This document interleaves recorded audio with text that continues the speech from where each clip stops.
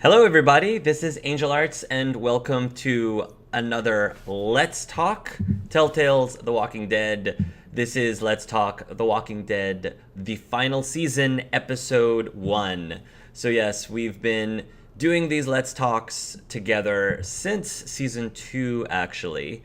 So, it's basically a chance for me and a bunch of other YouTubers to talk about this particular franchise because we tend to like to overanalyze and everything and anything, which I think is part of the fun.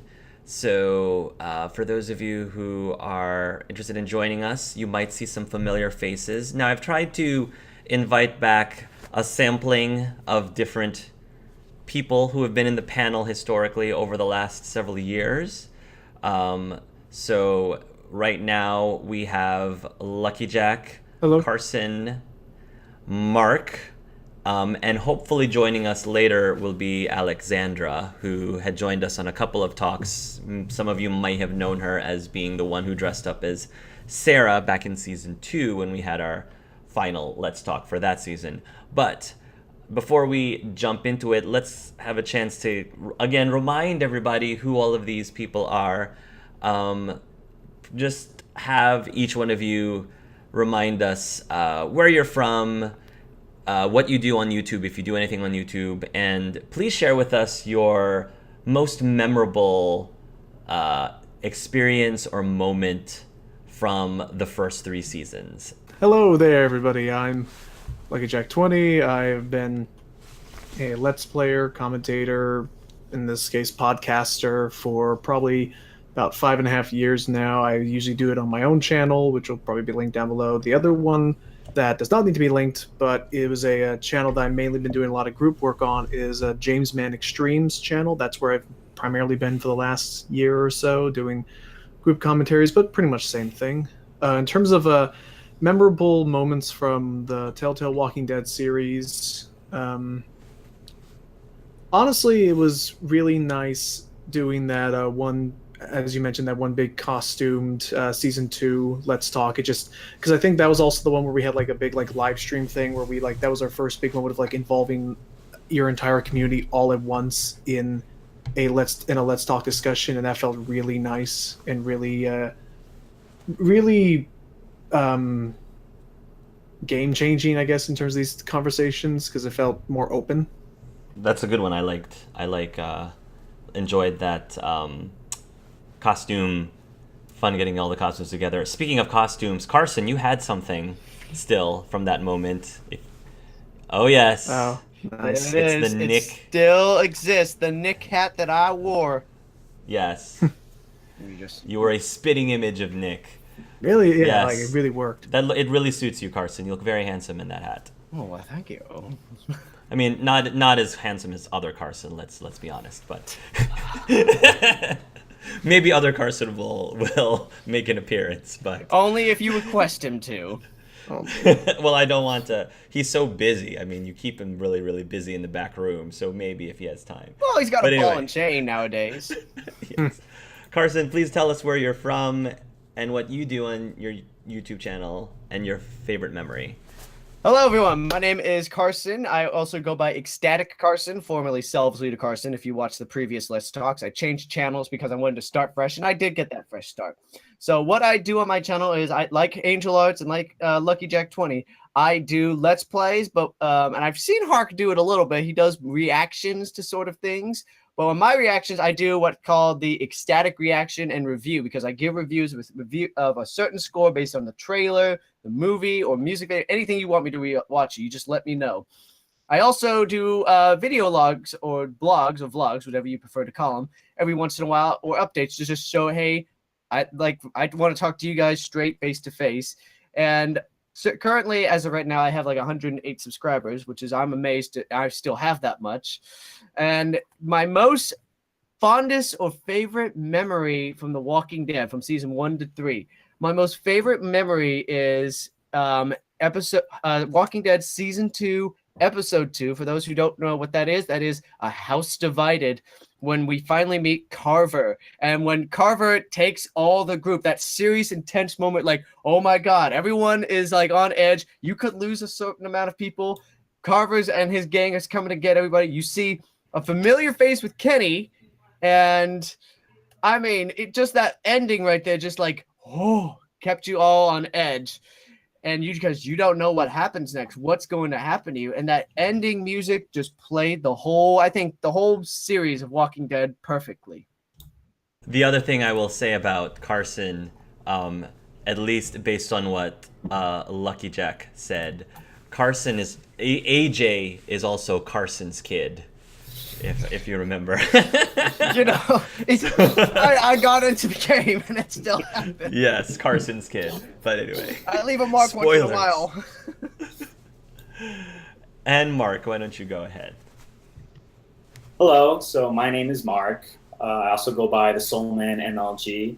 I'm from New Jersey. Now, I personally don't do anything on YouTube. However, I work with YouTubers and streamers because I actually work in the video game industry. I don't remember if I mentioned this last time, but I was in college when we were doing the previous Let's Talk. I was studying game design. Since then, I've graduated, and I'm now working at an indie game company called Versus Evil. I'm the marketing coordinator there, and we sometimes work with YouTubers and streamers, as influencers, and it's really fun. So I love all this stuff. This is going to sound cliche, but I have to go with Lee's death. That was probably the most impactful moment out of all 3 seasons. It made me cry like a baby, and it was just the most emotional moment in the entire series, and was masterfully done. I think for me, like, probably one of the most memorable moments, and maybe I was just naive because I didn't see this coming, and when it happened, it was such a shock to me, was when Lee first gets bitten. Because you've been playing as Lee the entire time. He's the main protagonist. I'm used to, when it comes to The Walking Dead as a franchise, I'm used to seeing someone like Rick Grimes as the main protagonist, thinking that, he's the main protagonist, he's invincible. Right. Rick's never going to get bitten, at least not until maybe the comic book ends. Or the actor decides to do something else with his career. We can anyway. That's a different universe entirely. But yeah, so when that happened at the end of episode 4, I remember so like confused. I'm like, wait, what? Really? What? And especially since I knew what that would mean for episode 5 and what would ultimately lead to the end of episode 5. So I think that was a really, really awesome, like, pivotal moment, obviously, for the game. Cool. Great. So what we're going to do is we're just going to go through episode 1 scene by scene and just talk about whatever it is about the scene we want to talk about. So we're going to start with, I guess, the prologue. Well, not even that. Let's talk about the callback, the flashback thing. Yeah, the flashback, like the story builder is what they call it too, for those people who either have never played the other 3 games, or if they lost their save, or if they wanted to change or redo some of the choices from their previous save games, they can generate their own saved game and make different choices along the way, and that's, which I think is really ingenious, and they added that in to this final season. What were your thoughts on that, guys? That system? I first love the art style for that whole thing. Looks like they were trying to take back as much of the original art style from the comics as they could for those moments. Definitely, I think it definitely works as a really good. I think it also really, even though this is the last game in the whole series, supposedly, I think this also makes it a really more approachable season, because even if you had not played the first 3 seasons, you could theoretically jump into this one and just have Clementine's narration guide you through all the events of the previous 3. The system, it seemed to only take like some of my choices and not all of them, because some of them I had to reselect, but I remembered most of them, so that was good. All in all, I think it was a really good way to just prep everybody for this. Only thing that I was not too not satisfied with, it was more of not fully understanding yet, is the fact that they just jump with I found AJ, not the process of it, which season 3 really kind of left that more up in the air. So I don't know if later episodes will actually go more into detail of what was that like, what condition was he in when she found him and stuff. Did you feel that they swept poor Javier under the rug? Yeah, they didn't even mention him by name at all. Eh. Not him, not his son, not his son, sorry, his nephew, none of that. I personally was disappointed that they didn't mention Luke, but that's just me. But yeah, they definitely seem to be putting the focus on Lee, especially. Yeah, Lee makes sense. Except there was one other character, and I watched your recordings of your stream, like highlights of it, and there was one other main character that they made a point of bringing up from season 1 that I was also like intrigued in. Well, first off, I was gonna say this saved me a bunch of trouble because I could not find my save file, and I was like, oh great, now I got to do this all over again. Great, now, oh, why do you do this to me? But thank you, Telltale Games, for saving me the trouble. I was ready to cry and bleed my eyes for this, and I actually was gonna hopefully hear what Mark's, as the video game designer, what his thoughts were for that whole prologue and everything, because that would be a great way to describe like what was Telltale thinking at the time when they wanted to go at this route. But for me personally, I thought it was a good idea. The idea that, okay, you could change some of your ideas, but if, like me, and maybe Angel Arts, maybe definitely Logan, you're like, no, I'm going to stick to this decision because I made it and I stand my ground on it. Even though I was tempted to just like be a jerk and say, let's leave Lee to die, because, you know, that just seems like a great idea. But no, I chose to stand by all my decisions. It was a good idea at the time, but I had wished, like what Logan said, or Lucky Jack, I wish we had gone into detail what the journey was when Clementine went to get to AJ. And I know a couple of people are going to ask, how old is Clementine during the season? According to the show, or at least what Telltale's hinting, she's either at least 15 to 17, and my gut tells me she's 16 for now. I got a comment saying she's 17, which surprised me, but yeah. Yeah, and I think she said that she was 8. I think she said she was 8 in the first season. Oh, Yeah, she was 8, and when the crazy stalker dude, she had a birthday. She yeah, was 9. 9. That's right. She was 9, so it's been approximately 8 years. Dang. Yes. But I want to hear your view, Mark. What is your thoughts Yes. on this video? Mark, what was Telltale thinking, Mark? Okay. Well, first of all, I don't know if you guys know this because this came out as DLC like after the fact, but the story builder is actually really reminiscent of the story builder in Mass Effect 2 and Mass Effect 3. They also had like a similar thing where it was like a comic book, and you can make Dragon all Age as well. And Dragon Age as well, where it's like a comic book style thing where it goes through the events of the games and you make choices along the way. However, this story builder was kind of weird in the sense that it like we've been saying, it really brushed aside a lot of stuff, especially in season 2 and season 3, especially because Clementine's like narrating the first season, then we jump into season 2, and then she says, "Oh, then Kenny was about to kill Jane." But if you're a first-time player, who's Kenny and who's Jane? So it's like it could be kind of jarring for new players. Mhm. But they have the choices that probably are going to matter the most for this season. Like if there's a reason like a certain choice was not put in the story builder, it probably delve into this season. So only the choices that matter for this season were reflected in the story builder.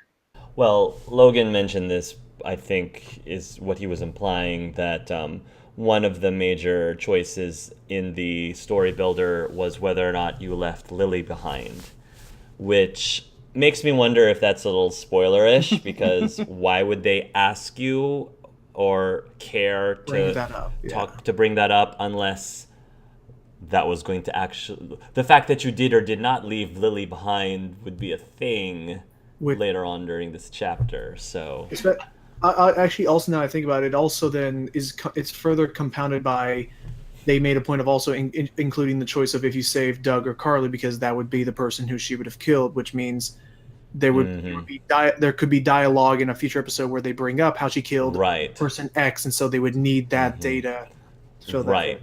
That's very true. Carson, I saw you raise your hand. And I was gonna say, I think that was a good idea, and I don't know if it was just me or I'm hoping. Please tell me if this is true. You felt this way, Angel Eyes, because I haven't watched your Twitch play yet. But when I saw that decision, like when you had to leave Lily behind or you brought her back, if you brought her with you, which I did, I just liked that evil dark look. Like it was sinister. Like, like, oh, Yeah, God, what have I done? I brought her with me, so I don't know. Yeah, maybe I should have left her behind because of how cuckoo nuts she is now.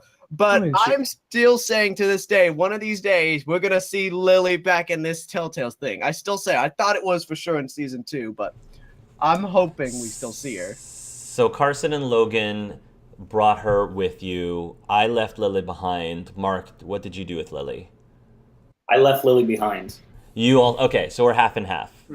I mean, artistically wise, it was beautiful, but I think it just made it very clear. It was a montage that like put way too much in light how little your decisions really seem to matter, because they completely skimmed over entire seasons full of different choices, and they're just they were like, nope, like season 3 barely even happened. This was just it, and bye. So I think like it was good visually, but they kind of messed themselves over with it, in my personal opinion. Building off of what Mark mentioned earlier with the how this was in Telltale's eyes, the most important, significant choices throughout all 3 seasons being made. First off, wow, I think season 3 was literally boiled down to one choice, and that was the only mention season 3 had. Was that really it? Was that choice of whether or not to leave AJ the only choice season 3 had to it? I think so. Wow, I believe so. So then the next thought that went through my head was, I'm surprised they didn't make a point of mentioning the choice you can make with the doctor, who would outright tell you AJ's whereabouts if you did what he wanted or not. Because you think that would help a little bit in her quest to find AJ, and yeah, they didn't bring that up. So then that ended on the final thought, which could be a question: is if that doctor choice was the one I would pick, are there one or more choices from the last 3 seasons that you think should have been mentioned in this story builder, or something that would be significant enough to add to Clementine's story right now? Well, a lot of things happened in season 2, and they just skimmed over it. They literally only showed Rebecca, Jane, and Kenny, and that was it. It's like there were so many other characters that involved so many other choices, and like Luke.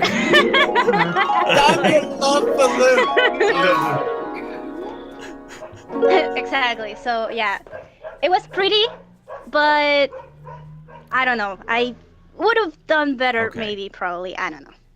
I do know that at the end of season 3, and I think this is a feature that came out later because I had to replay the game over again, season 3 all over again, to fix the corrupted save file that I had. But it tells you what type of Clementine you have at the end of season 3, like whether she's hardened or she's vengeful or she's empathic or something along those lines. Yeah. But I don't know but I feel like that would be really hard to allow that to matter in season 4. Like, asking Melissa Hutchinson, could you speak this dialogue as if you were an empathic Clementine? All right, now do this exact same thing, but with a vengeful Clementine. I don't think that they could realistically do that, or else they're going to be paying her a lot of money and many hours in the recording studio doing these different nuances. So that, unfortunately, is something that probably didn't happen. Right. It would have been nice if the story builder mentioned a little bit more about what Clementine had gone through and who she had met and what their roles were, because they kind of affected her personality and who she was, Right. even if it had nothing to do with a choice. It just seemed like the only scenes that they picked, like you said, were all about a choice, and I feel like that's not enough. I feel like they should have added more Fill to in the that. gaps. Yeah. Fill in the gaps a bit more, because it just seems like they jumped too much. Obviously, they can't have like a whole 30-minute long cutscene where they showed everything, but I feel like it could have been 50% longer and would have been fine. Yeah. Yeah. And yeah, I'd already seen it in a few promotional materials, but I also did like the parallel of Lee and Clementine back from season 1, same exact pose with Clementine and AJ in this Yeah, one. that was cool.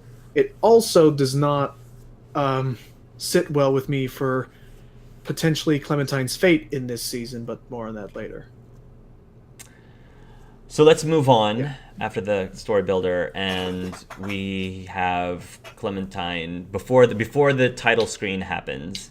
That whole bit, which I believe was the demo, which I didn't play beforehand, but you've got Clementine and you've got AJ in the car. They're driving, looking for food.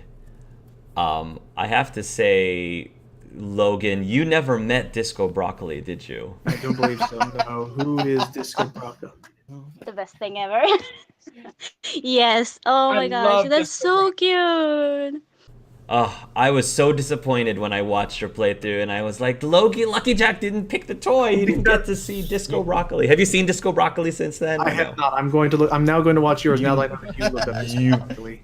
That was probably hands down my favorite part of the entire episode. Honestly, it was Really? Disco Broccoli. Oh yeah, and I was so bummed you didn't get to see Because it. at the time, because I thought it was going to be like a very serious. If I pick this, AJ's going to be ticked at me. I listened to your commentary and it made sense. It made sense. But now that I know, but yeah, I'm totally gonna now go back and look that up now. Watch that clip because that sounds amusing. I didn't know it had a freaking Yes. name. Yeah. Yes. Yeah, I agree with you 100%, Hawk. I love Disco Broccoli, but that might just be, and hopefully you understand what I'm saying on this. It's probably those who choose the toy probably have like that paternal thing kicking in because it's a little kid. You're like, oh, I want to be like the dad. I want to be the parent. I want to be like, he's still a kid to me. Like, hey, I'm Disco Broccoli. You want to eat. I was like, oh my God. yeah, yes. Oh my God! Does Clementine do a little voice? Yes, she does. She does do a little voice. Okay, now I'm going to. Now I want to. Don't spoil anything, Carson. You got. I want Lucky Jack to No. Don't say more. record yourself watching it. I want you to react to it, Lucky Okay. Jack. It's only like it's literally like an 8-second thing. All right. But I want you to record yourself reacting I'll to find it. it, and then I will record it, and then I'll hang on to that. Maybe Okay. I'll maybe put it at like I'll maybe put it at the beginning of the next Director's episode. cut. Yeah. or Yes, something. yes, the director's cut. So okay, I'll make a note of that now. Disco Broccoli. I'm looking that up now. It was such a cool introduction to like the relationship that Clem and AJ have established so far, because it's like, I don't know, it sets the siblings mood because she's not his mom, she's her older sibling basically. So it was a pretty funny, charming, and quick way to show you like, here you have these characters and this is their relationship. Enjoy. Because even though I myself don't have siblings, I'm technically the older sibling to my 11-year-old cousin.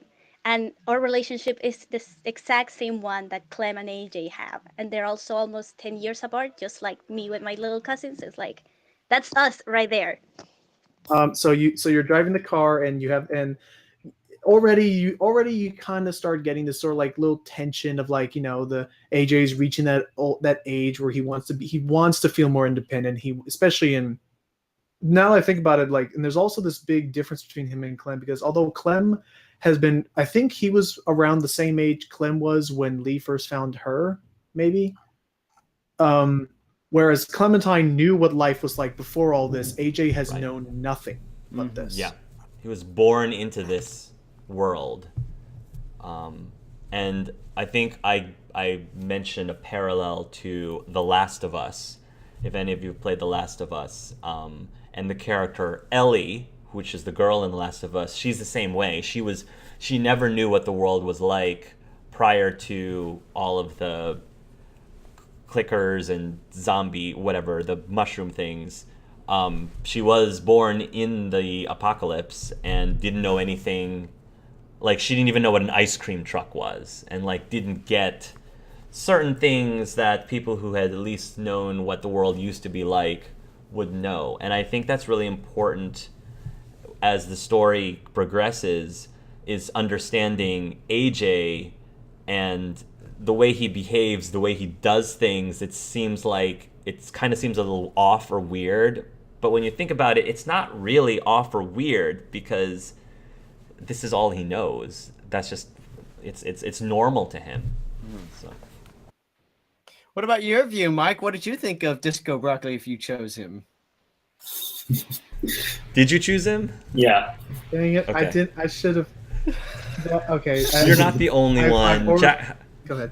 Jacksepticeye didn't choose Disco Broccoli either, and I was very disappointed in Jacksepticeye. Real quick, I've already pulled up the video so I can watch it later, and I immediately hear, "Hey!" It's like, oh god. Awesome. Yeah, so I will watch. Nice. I will watch that later. But yeah, so Mark, tell us. Park might roll his eyes at this, but you might understand this. It felt very Life is Strange-esque, almost. The king of Life is Strange approves your message. The broccoli part specifically, or just in general? Yeah, that felt like something Max would do. Okay. And then you wanted to rewind it right after the fact. I was like, maybe I don't want to choose and it Disco never Broccoli. happened. As the king of the Life is Strange, I approve your message, what you just said. But we got to see little things of Clementine being this parental figure to AJ, like teaching him things, teaching him how to read, because AJ's never been to school. Yeah. Because there's no school. So that's kind of neat that she's trying to get him prepared for the real world, because nobody else is going to do it. Nobody else is going to teach him like skills that we take for granted. Season 3 was a good transition to this kind of Clem, but I feel like this opening scene really did a good job of showing how she's had to step up to be that character, or be that figure, I should say. Then when we arrive at the shack, I guess, or whatever that place is where they're trying to find food, you really start the train station. You really start getting a taste of the new game mechanics. The 360 like over the shoulder camera view now. I actually really liked it. I didn't notice the difference at first because I have not played the game myself ever, but I really liked it. It's interesting, it's different, but it's like it still feels the same. Like the fact that I didn't notice the difference means that it wasn't that drastic of a change, but the change is there, and it's a very good one. The system where you can decide to do or not to do something, like ring the bell. And I like that they make a little indicator to show which of what looks like a harmless examine action could have consequences. Yeah. And then they tell you right up front that the way that you behave, everything you say and do affects AJ if he's watching, and will affect how he grows up, which again is very similar to Lee and Clementine back in the day too. So I thought that was a really interesting mechanic that they sort of returned back again, but it seems like it's a lot more formal than the mechanic that was subtly used with Lee and Clementine in season 1. Yeah. I kind of liked that whole new game mechanic where you walk around and it's like a 360 look around and everything. I was like, oh my god, this is where gaming's going. All right, I love this already. Let's keep pursuing it. Let's keep going with it. I think this is much better than, I would say, season 3's mechanics, but it's not as good as season 1. But so it's like season 1, season 4, season 2, and season 3 at the bottom. But I mean, I liked the mechanics, and I don't know if it's just me, But I didn't ring that bell. I knew, like it said, it was the white dot with a circle around it. It says you choose something as a consequence. I'm like, I don't really feel like doing that. This is a post-apocalyptic world. I don't need to ring bells. What am I? Foolish? And I don't know if any of you guys rang the bell. I just went in and just explored. I walked past. I had the audience vote, and they voted me to not to ring the bell. Ooh, So, And you, Mark? I rang the bell. what happened? what happened?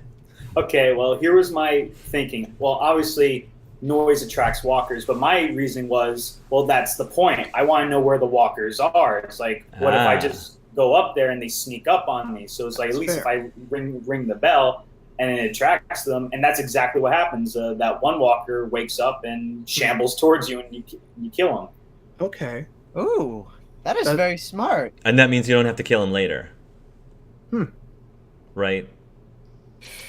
Gosh darn it. He thought outside the box.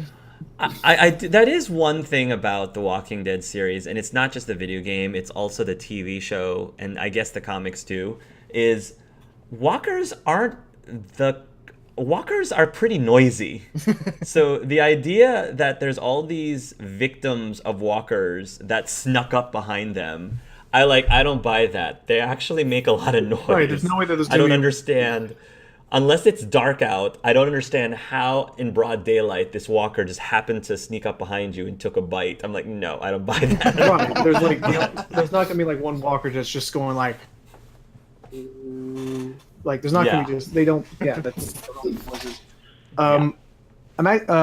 again for a game developer question to Mark is the thinking on the first big thing I've now learned or realized about using this new camera angle and this new perspective is up until now it's always been a fixed camera and more point and click of entry or moving with WASD. So you were always seeing what the developer wanted you to see from every angle that the developer wanted you to see it from. But now in this season they're giving much more control to you, the player, in what direction you're facing, what are you looking at, and especially in some of the more tense situations in this episode, action and needing to keep an eye around you at all times for threats that could come from any direction now. How I'm trying to think how I was going to phrase this question. It was like how difficult is it to like account for giving that much control to the player, especially in viewing the game itself? Well, it's difficult because obviously, like all the Telltale games before this one had that fixed camera angle, wanted you to explore the environment. And I think with this final season, kind of like how the first season was like a transition game for Telltale, I feel like it's come full circle, like in more ways than one, not just with the story, but with like the studio as a whole. So I feel like this game is a transition game because after the final season, I think this is their last game with the Telltale tool. And I think starting with The Wolf Among Us Season 2, they're switching to the Unity engine. So I think they're wanting to experiment with different mechanics, different camera angles to see how it is going forward. So with this season, Okay. so they're seeing how it works out. Do you think that was purposeful? Do you think that they may have had the option to jump into the Unity engine with this final season, but then they decided to keep the legacy engine for nostalgic purposes? Do you feel like that's what they did, or you don't think that had anything to do with the decision? They actually talked about this. They wanted to purposefully use the Telltale tool for the final season, like you said, as like a legacy thing, like a nostalgia thing. Okay. That makes a lot of sense. I think that's really cool. I like that. That would make a lot of sense, in fact. I wanted to ask, dude, can we did anyone actually use that tire swing? Because for some reason it wouldn't work for me. Oh, I didn't know there was one. I didn't get this. I didn't find it. I didn't see the tire swing. Yeah, I think you saw it, Carson. Oh my God. I mean, okay. So I'll try to explain it. So when you're walking to the house, let's say here's the house and then there's a side of the road. You walk this way, there's a little tire swing, and AJ has no idea what the heck it is. He's like, what is this? Is this a trap for the monsters? He's like, no, it's a swing. A swing for what? Well, you sit on it and you swing. And like, I push you and you try to get as high as you can. And AJ's like curious, like he wants to play with it, but he's not too sure about it. I think part of it's because the concept of just doing something for fun is not normal for him. Because I think when you're in this situation, you don't really spend all your time doing leisurely things. It's almost like we went back to when we were just hunters and gatherers way back when, because pretty much from the moment you wake up to the moment you go to sleep, all you're doing is trying to survive. You're trying to hunt food so you can live for the next however many days. And so the concept of having a toy, I'm sure they had toys or things to play with. Disco broccoli. But Disco broccoli. yeah, like disco broccoli, but like a swing, like apparatus of some sort. It makes sense for AJ to have a very like interestingly curious concept over, oh, that's all you do? You just kind of swing on it? Like, for what for? What purpose? Yeah, everything- Oh, to have fun. Oh, fun. Okay. But yeah, like to him, everything needs a purpose, especially something that constructive ever. Yeah. Yeah, like that's why I said he was interested, he was curious and having fun, but he didn't want to. He was like, I'm not sure, but okay, it seems like a cool idea. Oh yeah, actually, I just remembered. In the trunk, there was another. I don't think it was disco broccoli. I don't know. It was like disco celery. Disco asparagus. Disco asparagus. Disco Got asparagus. a bullet to the head. That didn't. It's the partner. The partner of disco broccoli. They come as a set. It's like the Ken to his Barbie. Oh jeez. I hope we get to Poor find those asparagus, he collectibles got out there. shot. And I'm pretty sure by who. And also, I made reference of it in my playthrough. There was absolutely no way a freaking tire iron fit in a small backpack that she just had slung up over her back. She just things this big, the backpack's this tall, and she just brings it along. It's like, Yeah. Okay. Well, that's why we have Mark. He explains the design and how powerful a backpack can be. Unless the tire iron is like collapsible, it's not gonna. Yeah, I know. But yeah. We get into the house, Yes. and we see the couple on the chair. Mhm. And you're going to see a lot of shout outs to the previous seasons with this game, and I think we haven't seen the last of them. So I think when I was watching Lucky Jack's Let's Play, he mentioned a reference to season 2 when they were looking for a way to get into the other room, correct? Yeah. Which was a reference to what, Logan? It was a reference to season 2 in the Civil War museum thing, and I think it was Bonnie, Clem, and Bonnie. I forget the other guy's name. Crap, he's the guy who could eat the yeah. shit out of a raccoon, but I don't. Mike. I think his name was Mike. Mike. Okay, but yeah, It it was was that Mike. it was that thing of should you send if Clem should be sent over into the Yeah. ticket booth, which Right. we know that didn't end too well. My thing is this. I wanted to mention it. I don't know, and I'd like to hear what everyone's choices were, especially Lucky Jack's, because he's very like intuitive about all his decisions. Mhm. It's when you enter the room, he says, "Okay, AJ, what do we do?" And he's like, "What do you?" And like you have like a choice, so he remembers it. And I think that's like the first parental choice you make. That's cool. And I was like, "Oh crap, I gotta really think about this." And I always remember what my dad's taught me. He says, "If you ever go in a place you don't know, always make sure you know the way out." Yep. And That's what I did. That's what I picked. That's what I picked. He said, "What if you can't find a place to hide? I mean, if you can't find a place out, you gotta find a place to hide." And I was like, that was my second choice. I was leaning towards Yeah. too, and it was. Mhm. I wanted to know like, what would that have done if I made a different choice, and how would that have shaped the story? Because he does break because multiple times, at least twice in the episode, whatever it seems like whatever choice you make here, he reflects and he remarks as if he's trying to like not show off, but just to show Clem, hey, I remembered Yeah. what you taught me, and I was pleasantly surprised when the game doesn't automatically have Clementine tell him what we always do. It actually gives you the choice. And I think it's interesting watching different people play the game and seeing what they select for choices like that, because it kind of tells you what they prioritize. Because I think all of the choices that they give you are reasonable things to tell AJ to do, but seeing somebody pick which of those 4 would you stress the most, I think is really interesting. Especially Snarky Clem, the dots. Could also Was there a choice? Yes, was there a dot there was. choice? You There just was. it's either dot or you just wait and let the timer run out as it does. Gotcha. What did you choose, Mark? Find a way out. I'll find a way out. So then, so the couple and the There's the couple. ticket booth. I don't know how hard of a decision this was. I feel like it was easy for most people. I hesitated a little bit, but ultimately, I would have still done what I ended up doing.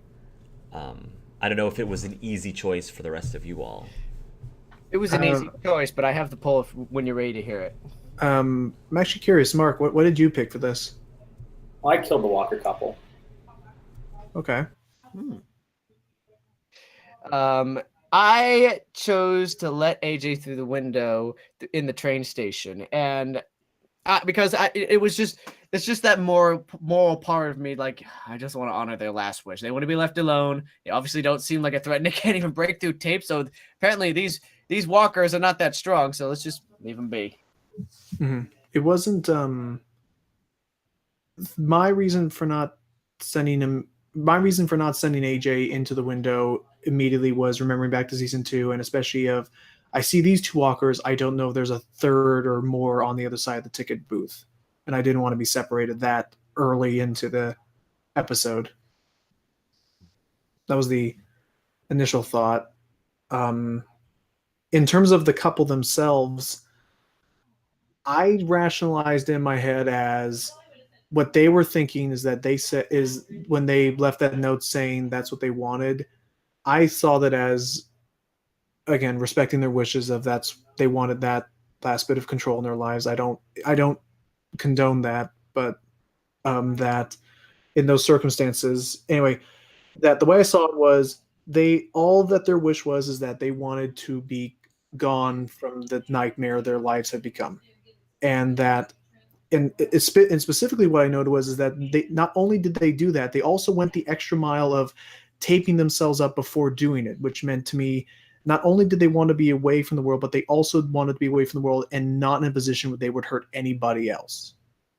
So then I thought, well, if I kill their walker selves, that's me fulfilling their wish because now they can never hurt anybody again unintentionally. Right. That ultimately was my thought, because I hesitated because I did want to honor their wishes, but same with Lucky Jack. Ultimately, if they really didn't want to hurt anyone, then they need to be taken out. Also, if they really didn't want to be bothered, they probably should not have kept the key on them, knowing that somebody would probably find them and want to get into the back room and... If I didn't want anyone to bother me after death, I would have just left the key somewhere else. Or if I didn't want to hurt anybody after I died, I probably would have removed 1 or 2 things from the food storage that we'll talk about later. But to be fair, part of me just felt like Clementine couldn't just find a branch outside and just kind of take the key with a branch. Like I was like, come on, like, that's not the only or option she'll use you the have. trick if you chose Jane. She'll use the trick that Jane used. Like, okay, let me Right. just okay, now I can get it. Ta-da! Like that. Part of me was like, just use disco asparagus. Just get disco asparagus in there. Loop it Give up. him a little bit more camera time. it's our field agent. A little screen time. Yes. I would have killed them because I am not risking AJ for the wish of 2 people who are dead. So no, I don't have that sort of empathy. Oh, you take Hark's side fast. Alex is savage. Yeah. Alex is savage. Yeah, yeah. I have no empathy for dead people, so no. Ooh. Fair enough. So, do you wish to hear the poll or wish to move on? Sure. Go The ahead. poll was, in my mind, anything that's this close is actually closer than I think. 58% of players killed the Walker couple in the train station. 42% of players chose to let AJ to go through the window in the train station. It's actually closer than I thought it was going to be. I thought it was going to be like 80% Yeah. would kill them. Yeah, I was surprised by that. I thought 80% would have killed them and not have it be 58-42. Yeah. I want to know what Mark chose. Like, did you kill the Walker couple? He said, yeah. He said he did. Oh, okay, so I guess I'm the only minority. I chose not to because I was telling myself, okay, if I send AJ through this, it is a dark room, but he's got a gun and he's got to defend himself. And he's got to learn all this stuff. He With can no run bullets. to the door. The That's- gun has No bullets. I at that didn't, time. I didn't know that till now. Whoops. Oh, well. You're gonna make a great dad. Well, Carson. I can tell. All I can tell you, one, I can tell you Awesome one thing, dad. Carson. You are a master of bluffing. To keep up confidence that much. Yeah. Well, to be fair, I'm sending my own kid AJ into the dark room. Yes, Carson's kid. So wait, what happened when he went into the dark room? Yeah, what Did happened? he just open the door? Or? When he went into the dark room, he looked around a bit. He was like, "Oh, well, it is dark in here." Clem went to the door, was a little worried because she started to hear like walker noise. He's like, "AJ," and opened the door, and like AJ just like she went to like immediately trying to grab the door like swung a little bit back home. He's like, "Got the door open." Like, Well, just a little oh yeah, it took you long enough, kid. Nice. Took you long Yeah. enough. Hmm. We worried there for a minute. So they find the food. It's trapped because they didn't check for traps like they should have. And the couple, I guess, really was not happy with looters that week when they decided to leave that active grenade. Right. Because, they don't want to hurt anyone. So they just decided to leave the trap there. I feel like it's one of those Or- things of like you're walking towards someone with your eyes closed, swinging your arms like, if I hit you, it's your own fault. Yeah, exactly. I'm not doing but yeah. Leave us alone. No. And I- we don't want, if we can't eat this food, nobody Oh, can. That's what actually, I was gonna say. actually, real quick before the explosion is I know many people noticed it was the crib in that room. Mhm. It had no child. in it. Yeah. Yeah. Should have checked that damn crib. No. At first, I thought it may have been a Jane situation, but then I noticed that the woman did not seem. The female walker didn't look that. Pregnant? Yeah. But then again, actually, now I think about it, who's going to be picking up a crib in the apocalypse just randomly? So my guess was they lost one that Yeah. was already alive, and that Yeah. did it. That was my guess too. So then the grenade blows up. The walkers, all hell breaks loose. They get into the car, Well- which is a pretty cool scene. I thought that was a really awesome, tense sequence. Oh yeah. And it eventually leads to what I believe is another reference to season 1 at the very beginning when Oh yeah. Lee ends up in that car crash and he's trapped upside down Yeah. in the vehicle trying to get out through the window. I didn't even think about that. Yeah. Okay. The car crash is a big deal because of the parallelisms. Hmm. I was losing my mind over those. And it was so great. It's such a different situation, but it's still the same exact thing. Like the camera angles, the whole kicking the glass, and it's so good. And like it brings back memories, but it does it so subtly, in such a subtle way. English, please. It's so good. I love that. In that whole scene, and maybe Mark can explain if this is the direction they were going in. Like, I don't know, game development and everything. And Logan can explain this. The thing I liked about that scene is that they they brought forth a new mechanic where you have to bring your mouse to a certain point, like the circle dot. You have to get it right exactly. Oh, they've done that in other games Well, before. I think. the design was a little different though, and I mean the only one that was completely different was a season 2 when you had to hold it and then click it right. Yeah, it definitely. The sequences are still doing their job of being tense and encouraging accuracy and things. All the camera, but I will say what really impressed me was how the camera kept changing. Suddenly it's first person when AJ's trying to hand you the knife. Then it cuts back to show all the walkers around them and AJ quickly hopping into shotgun when the walker breaks through. It's really nice, really action centric. After that scene, then we see the title screen. I called it a nice Um, 007 James Bond scene, complete with female singer. Yes. And then Clementine wakes up, strapped to some bed, and she doesn't know where she is. She doesn't know where AJ is. And then that's when you meet Tennessee and Marlon. Mm-hmm. What did you do, Hark, when Tennessee was walking into our room with a knife? I actually called out to him and said, "Stay where you are." I think Okay. I didn't disarm him. I did kind of jump to the conclusion. I did disarm him. What happened? You run up to him and like you hold him like you hold your painter's knife like almost up to his Oh throat. Like, wow! I was thinking she was just gonna grab it from behind him. No, she just immediately just jumped at him and said, Wow. "Put your knife down." To which Marlon does the same thing. He responds the same way of you put down yours first and holds you at arrow point. And how about you, Carson? Well, I did the same thing as you, but my mentality was, oh crap, I'm a prisoner. I gotta get the way out of here. Oh crap, he's got a knife. I was like, I'm hoping you were thinking the same way, like, uh-oh, these people don't look good, and they got a knife and everything. I gotta go POW, try to escape and everything. I run up like, put your knife down. I was like, yeah, that's right, get your knife down, everything. I'm not kidding, kid.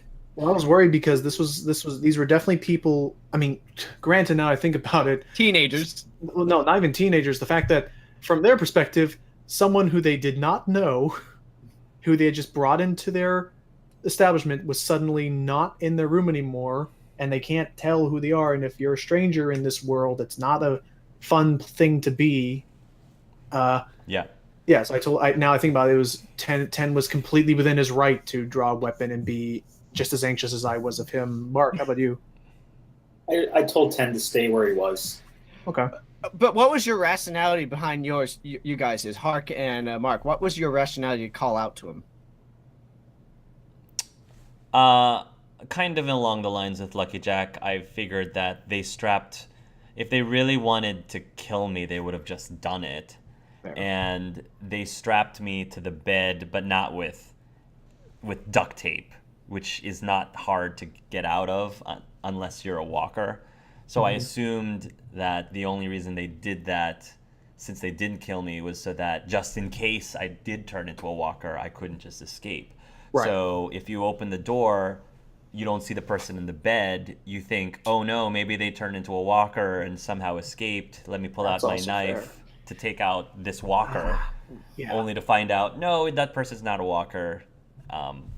So I felt that disarming him was a little extra. I don't know. That was my thought. Now that I saw the ferocity that she did it with, now I definitely think that was extra. I woke up my inner Rick Grimes like, I'm gonna do this. But yeah, that was I'm curious to see later on, because that action is actually brought up later on in the episode. And I'm curious what was mentioned for you guys. It's just a verbal thing, but so yeah, we meet Marlon, who seemed that nice. mullet, man. Like, Mark, what was your rationale? Like, I mean, unless you agree